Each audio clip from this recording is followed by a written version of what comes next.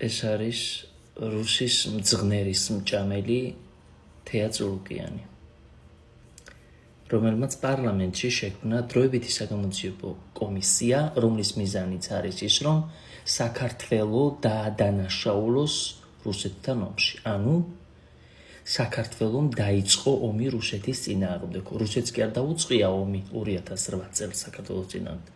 არამედ პირიქით. ამის და ამის მიერ შექმნილი კომისიის მიზანი არის ეს, ანუ ეს დაავალეს რუსებმა.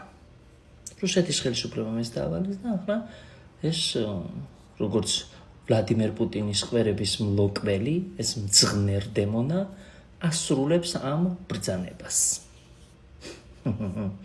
მაჰათმა განდმა თქვა ესეთი რამ, რომ გარეულ მტერზე მეტად შინაური მტერია საშიშიო, რომელსაც წვრთნის ოკუპანტი ან კოლონიზატორია.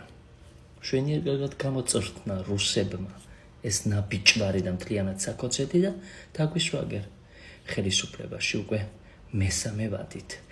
კოცებს მინდა გკითხოთ, შვიდად გრძნობ თავს ცარიელი მაცივრების ფონზე. თქვენ საწოდავებო, თქვენ საწყლებო.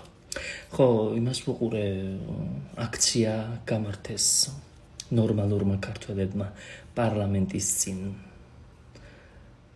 რამდენიმე საათის წინ ვნახე ეს აქცია, სადაც ვიღაცა გოგო დაიჭირეს, რომელსაც ხელში ეჭირა ბანერი ანწუხელიძე უკვდავია. პოლიციამ წაართლა ეს ბანერი, დახია და ეს გოგო დაიჭირეს და სადღაც პოლიციის განყოფილებაში წაიყვანეს.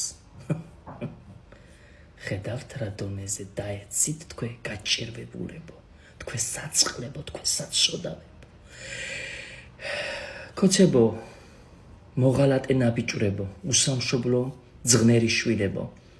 იქნებ თეა წულუკიანს ისიც დაავალოთ, რომ გამოიწვიოს 1989 წლის 9 აპრილს 21 მოქალაქე რო შეეწირა საქართველოს დამოუკიდებლობას, იქნებ ის გარდაცვლილი ადამიანებიც დამნაშავეები არიან რუსების წინაშე.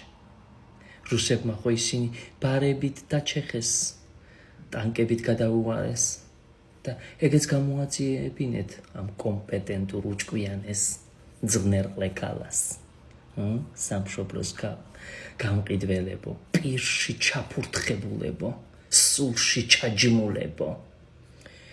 აიმე, ეს რა სამარცხვინო დრო უდგას ჩვენს ქვეყანას. ვაი.